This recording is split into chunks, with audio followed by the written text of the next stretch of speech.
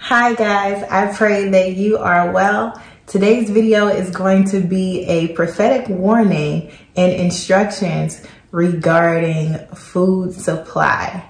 And God has spoken about food shortages so heavily that I felt no need to really mention it via this platform. However, he did highlight to me prophetic instructions regarding it, because there are people who have heard God's warning about food shortages and have literally spent all of their money on food.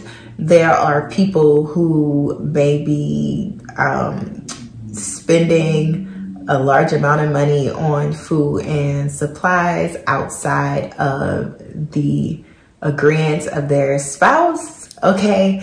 And the Lord just wants to provide some clarity and some prophetic instructions. And if you're anything like me, you've also may have wondered, how could God be speaking about marriages and food shortage and famine at the same time, okay? And so in this video, we're going to provide some clarity and some prophetic instructions regarding that, okay? So one of the things that I mentioned to my family, whenever I can avoid being like super spiritual and deep, if I do, okay? And one of the things I was speaking to my family, and I said, look, if you turn on your television, if you know anything, it's very clear that war is imminent, okay? That's very clear. You don't have to be spiritual to know that war is imminent.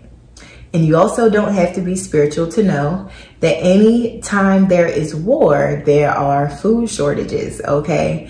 And so wisdom will tell you to make sure that you are preparing for that, okay? Meaning that every time when you go to the grocery store or whatever it is, that you're keeping this in mind and you are slowly putting things away as you can, okay? Whatever it is within your budget.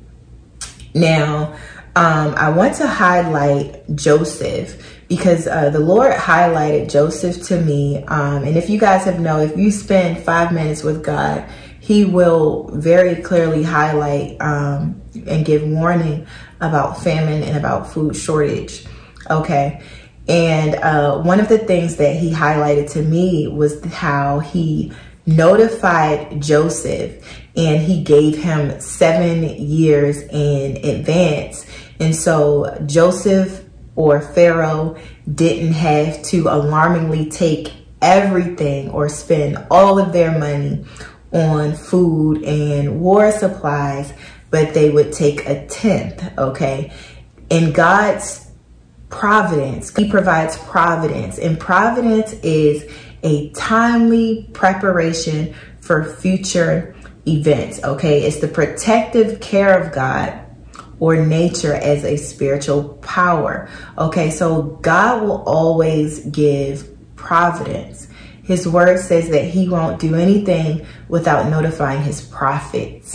And so the Lord just highlighted to me Joseph and how they had time to prepare in a way that didn't exhaust what they had now, but it ensured that they had plenty in the years of famine. And so the other thing that the Lord highlighted is, if we look at Genesis 41, starting at the 50th verse, it says, before the years of famine came, 2 sons were born to Joseph by Asenath, daughter of Potiphar, priest of On.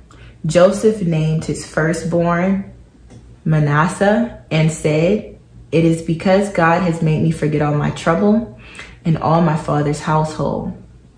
The second son he named Ephraim and said, it is because God has made me fruitful in the land of my suffering.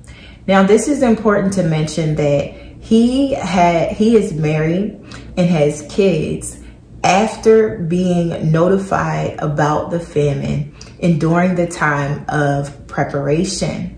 And so if you're anything like me, you're wondering, like, how could God speak famine and war and food shortage and also speak marriages? And Joseph is a clear example of that. So his first son is named Causing to Forget, and his second son is named Doubly Fruitful. Okay, so in God's love and care for his faithful children, okay, he gives us enough foresight and enough preparation to ensure that even in the midst of situations that can be very bad, he can make us fruitful.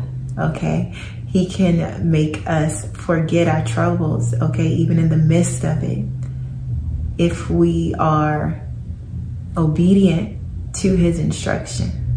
Not just for ourselves, but for your community. So if you have a nonprofit, if you have a church, if you have a foundation, okay, you need to be investing in crisis management.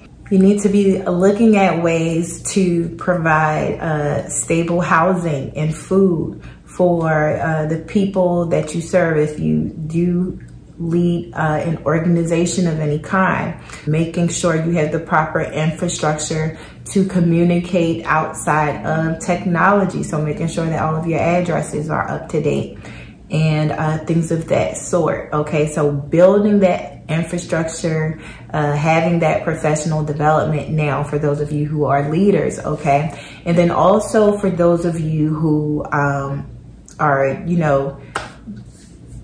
you are sustaining your home.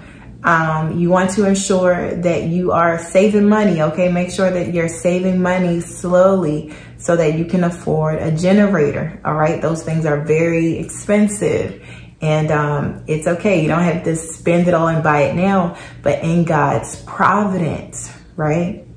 You prepare in a way that is wise, okay? Just like Joseph did. And the Bible says that when the famine came, there was plenty in the land of Egypt, okay? And so I just wanted to ensure that, you guys are being sensible and wise, even in the midst of God's warnings and in his care. He's so good.